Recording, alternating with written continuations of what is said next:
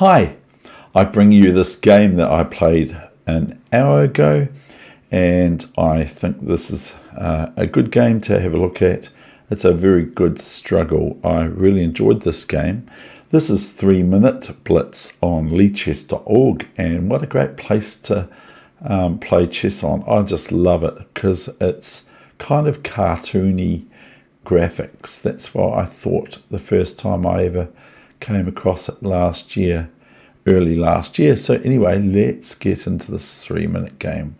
This was towards the end of the tournament, our Super Blitz Arena. Okay, my opponent plays very, very well, I think. So anyway, I wrote to my opponent. You can find out who my opponent is. Great game, thank you, very tight. And that's in the comments or the chat room. So here we go. I got a whole 3 points for this game. It was really hard. Okay, so here, first of all, we've got the Italian bishop c4 game. Anytime that white plays bishop c4 in the e4 opening, it's called, I think, Italian orientated or something to that effect. So I play here bishop e7. I like to play this because I like to make sure that there's no knight g5. And here comes, although there are lots of great lines here for black and white, and I can get tripped up on them as well for black, because there's a lot of information on this setup. So here's d4, so white's already powerhousing the position, and you might like to check out the pawns of mine as black in the thumbnail that I place here on YouTube, and thank you very much, YouTube. So here's ed4. Now my opponent plays c3, I play knight f6, e5. So the best place I think or feel I want to go to is to e4. So I go to e4. I'm not going back to g8. I cannot play d5 because I lose a piece. That's what I think. Knight e4, and then we have cd4. So what's your move now? This move I found Morphy would play a lot, I think, or the older style games, which this is sort of an older style setup, isn't it, really? So what's your move now for black?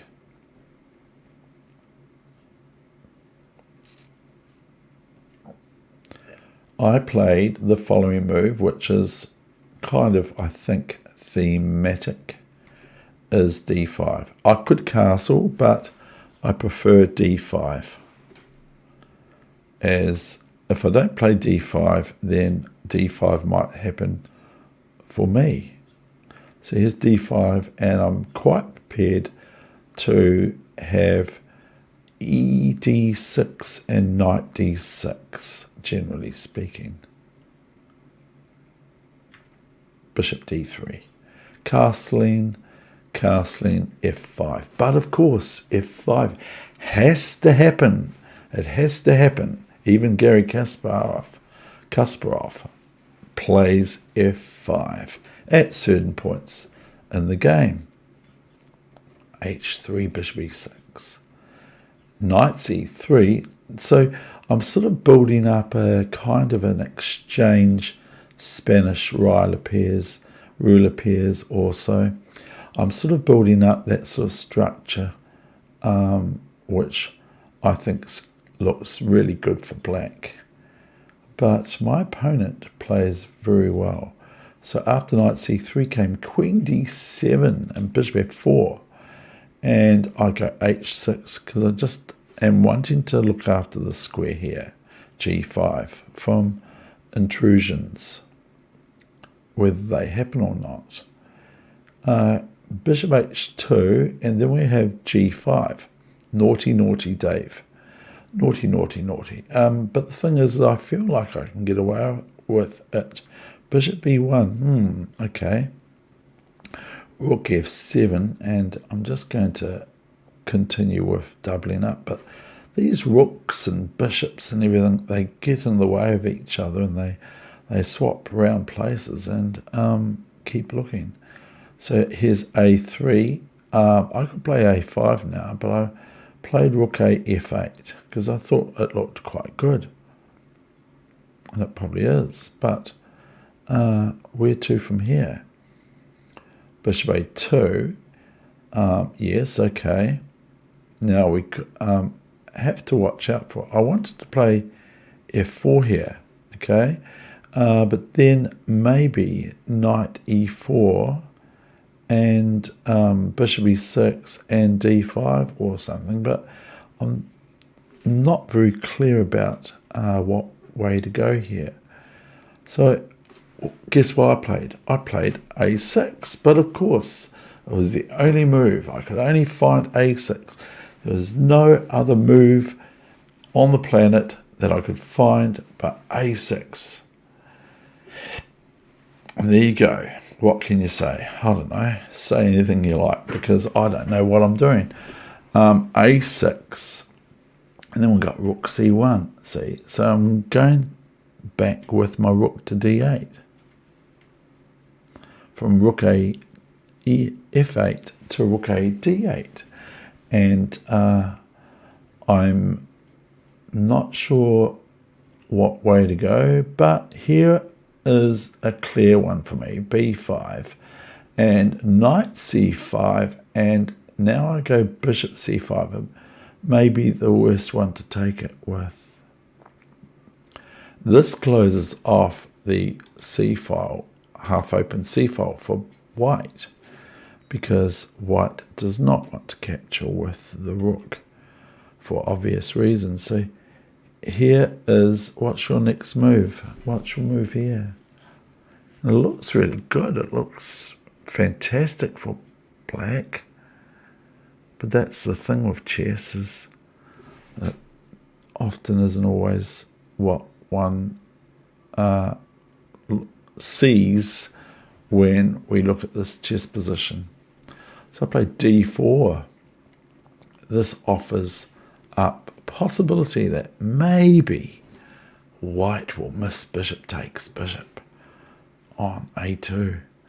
But white does see it. Bishop e6, bishop, queen e6. Repeating myself. b4. Okay, so we've got this bishop over here on h2, and it could be a little bit, a little bit sort of hard to handle for. I'm just being silly. It's a little bit hard for white to think about this bishop, I suppose. This bishop is not very good in my opinion, so I played f4. Well, of course I'm going to get queen d3. And here we have a move that I had to play sort of quite quickly because I'm not sure what's going on, is knight c3. I have to watch entry to my king side here and that sort of thing. So, yeah, here comes rook fe1. What do we play now?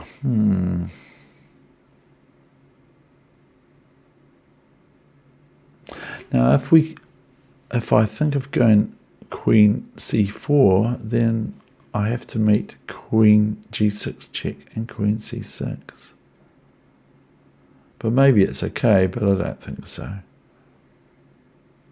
Because after rook g7, queen c6, I do have knight e2 check. And probably rook e2 is the best move for white.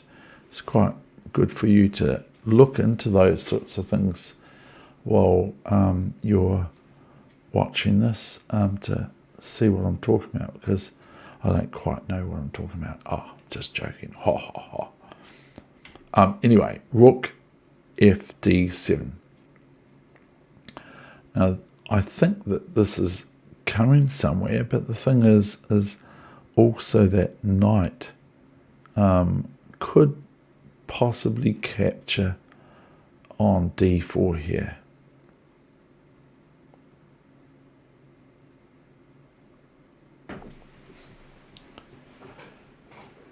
So because of my early exertions of g5 and f4 earlier, I have a little bit of openness, let me say, in the position. So I think maybe black could be met with knight d4 here, in fact, maybe. Now if knight d4, rook d4, queen c3, rook c4, and then the pawn on e5 is looking weak. I think it's a better endgame for black, of course, because I'm black. I think it's a better endgame for black, but it's very difficult. So here comes g4. So I'm going to ignore this move. I'm not going to capture back en passant because that will open up white's dark squared bishop. So I played king g7, now stopping all attempts to queen g6 check sometime in the future. But here comes queen f5. Now what do we do? I don't know. What do we do? We don't want to take, because if we take on f5, then white's got these marauding pawns, both passed on f5 and e5, and so they will not be very pleasant for black. So I played rook e7 with the idea of rook f8. Here's queen e6, rook e6. This may help me. King g2, and here's knight d5. I don't know if the play is absolutely correct, but here's h4, king g6, h5, king g7, king h3. Boy, my opponent's playing really well. It's very difficult. Knight d e7.